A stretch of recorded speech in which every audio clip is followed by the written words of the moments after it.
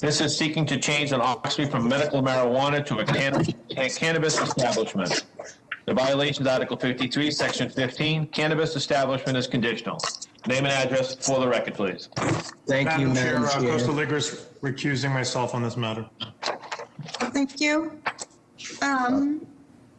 Okay, so this is, okay, go ahead, put your name and address on the record. Thank you, Madam Chair, members of the board. Attorney Jeff Drago with Drago Toscano with the address of 11 Beacon Street, here on behalf of HVV Massachusetts, Inc., the applicant. And I also have James Christopher, the architect of the project, RCA. As was mentioned, we are seeking to change the existing occupancy, which is medical cannabis facility, to a full cannabis establishment that would include adult use. This particular location is located along 1A in East Boston. What is unique about it, as you can see, there is no residential housing in this immediate area. Our closest residential housing is over 1,000 feet away. Okay, so Mr. Drago, tell us, has medical marijuana actually moved into this facility or has it not? So, Madam Chair, it's a great question. So we were approved in November of 2016. We did not, by the time we were able to build out and submit everything to the CCC, we were not able to get our approval, our final comments, operations granted until April 28th, 2020. And that was right at the height of the pandemic, so we were shut down. So at this point, we just wanted to go forward with, we had already been in the process of applying for a recreational at the same time. So we were prepared to open, but due to that, we weren't open. Okay. So, Mr. Drago, let's just get cut to the chase then. Sure. So tell us, have you gotten a complete approval for this establishment from the commission? For medical, yes, and then we were approved for recreational on November 18th, 2020 from the Boston Cannabis Board. If we were to be approved by this board today for recreational adult use, we would then move forward with our application. This looks, given the location, it looks like a lot that doesn't have very many eyes on it. And we also have cameras both on the inside and the outside. What it also has is 2 large loading bays, which is unique for a cannabis facility. So all of the loading or unloading of cannabis would be done in the security of the inside facility, strictly by personnel, so away from the public eye. There's plenty of area inside this building for queuing. It can hold 50 people within the lobby and plenty of area to queue along that. With the pandemic, though, we don't expect that to happen. We believe it would be more like 24 folks. Okay, so just let's assume normal life continues. How are you going to prevent loitering on the lot? Sure. So we have full security facility outside as well as inside, and then a whole infrared cameras on the outside of the building and the inside of the building that are monitored 24 hours a day. So that sounds passive. What are you actively doing to proposing to do to limit loitering? So, I mean, we've met with the police department. We've talked with the community. We have folks inside and outside. I think we have a great security plan. We have John Gray, our security professional, who's also here to testify if need be as well. Okay, so you are, and the applicant, who is the applicant? Is the applicant on? Yes, Michael Reardon, who is the co-CEO and owner, is on the call. Mr. Reardon, can you identify yourself, please?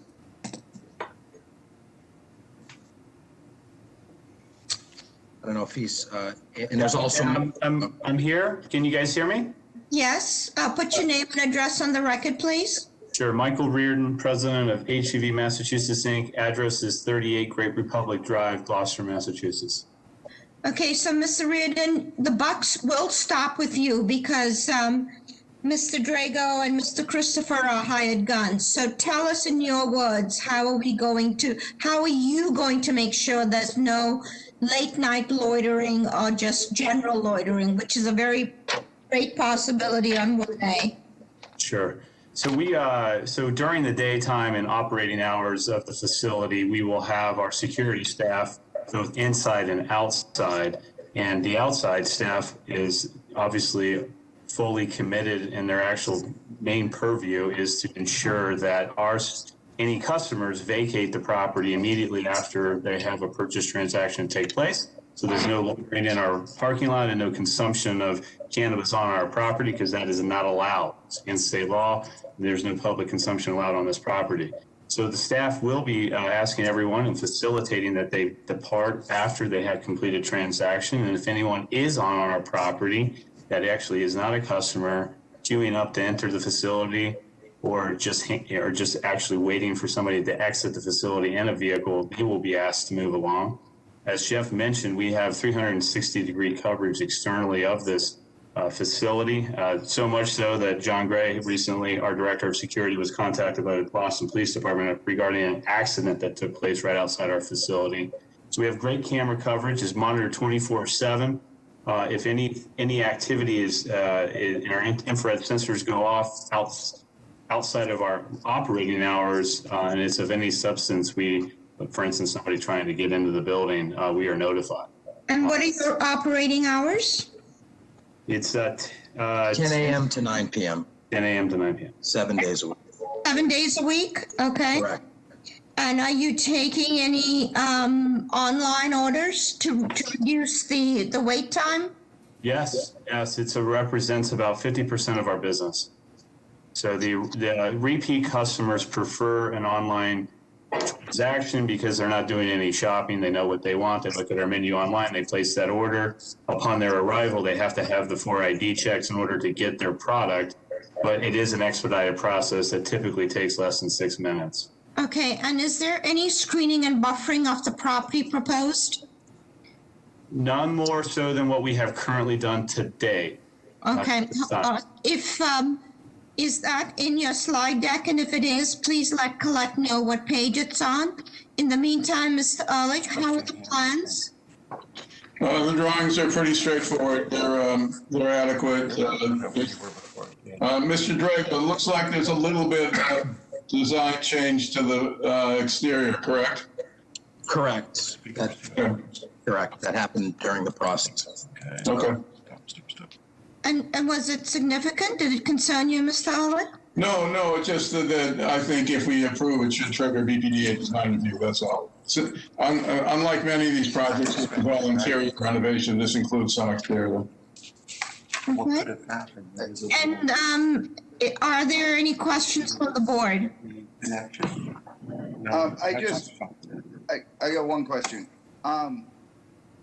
Is there a gate is there gonna be a gate on the driveway? I'm just thinking like after hours. I can answer that. Yes, there will be. Right now, we have a temporary fence as a barrier to entry, but when we do close for the evening at 9 p.m., we will have an operating gate for security reasons to keep anyone from coming into the facility after hours with a vehicle.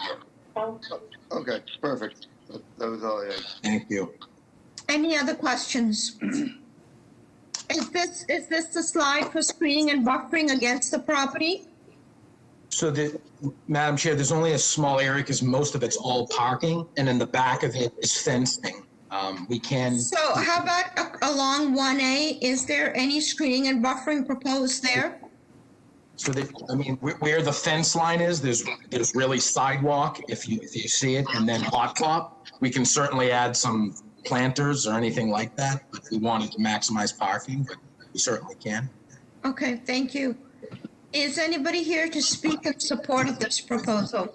Good morning, Madam Chair, members of the board. Lina Tramelli with the Mayor's Office of Neighborhood Services. We would like to go on the record in support. There were no concerns expressed by residents during the community process, and the Office of Neighborhood Services also received a letter of support from the State Representative, Adrian Medero. Thank you. Thank you.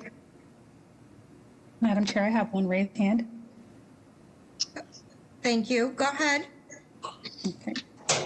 Madam Chair, members of the board, my name is Luigi Natali from the office of Senator Joseph Boncory's office, and he is in full support of this project. Thank you. Good morning, Madam Chair, members of the board. Ricardo Patron from the Office of City Councilor Lydia Edwards. The council would also like to go on record in support. Thank you. I also have one more raised hand, caller 307. Hi, you've been unmuted. Good morning, Madam Chair, members of the board. Minor Perez representing the Carpenters Union. First of all, wishing you all good health and an excellent 2021. Madam Chair, we want to go on record in support of this petition. Thank you. Madam Chair, there are no more raised hands. Okay. Given that information, may I have a motion, please? We'll make a motion to approve with BPDA design review for the exterior of the building and screening and buffering. Second, Joe. Jeff, please make sure that that gate that's being proposed is solid enough. And screening and buffering, as Mr. Ehrlich has mentioned. Is there a second? Yep, Joe. All those in favor? Aye. Any opposed? Motion carries. Thank you. Thanks, members of the board.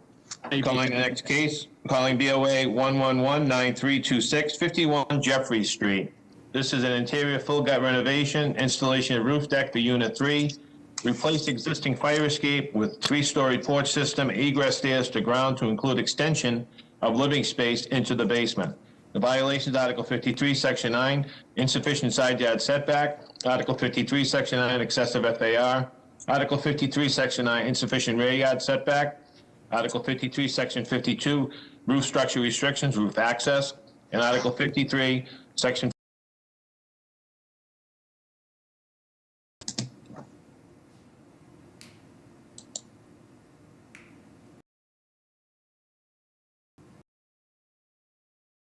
Is Ms. Sierra on?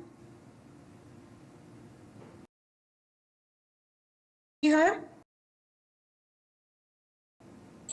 Yes, I do. 1 second. Okay. Claudia. Can you hear me? Yes. Yes, please put your name and address on the record. Thank you. My name is Claudia Sierra, and 51 Jeffrey Street, East Boston. So tell us what you're proposing to do.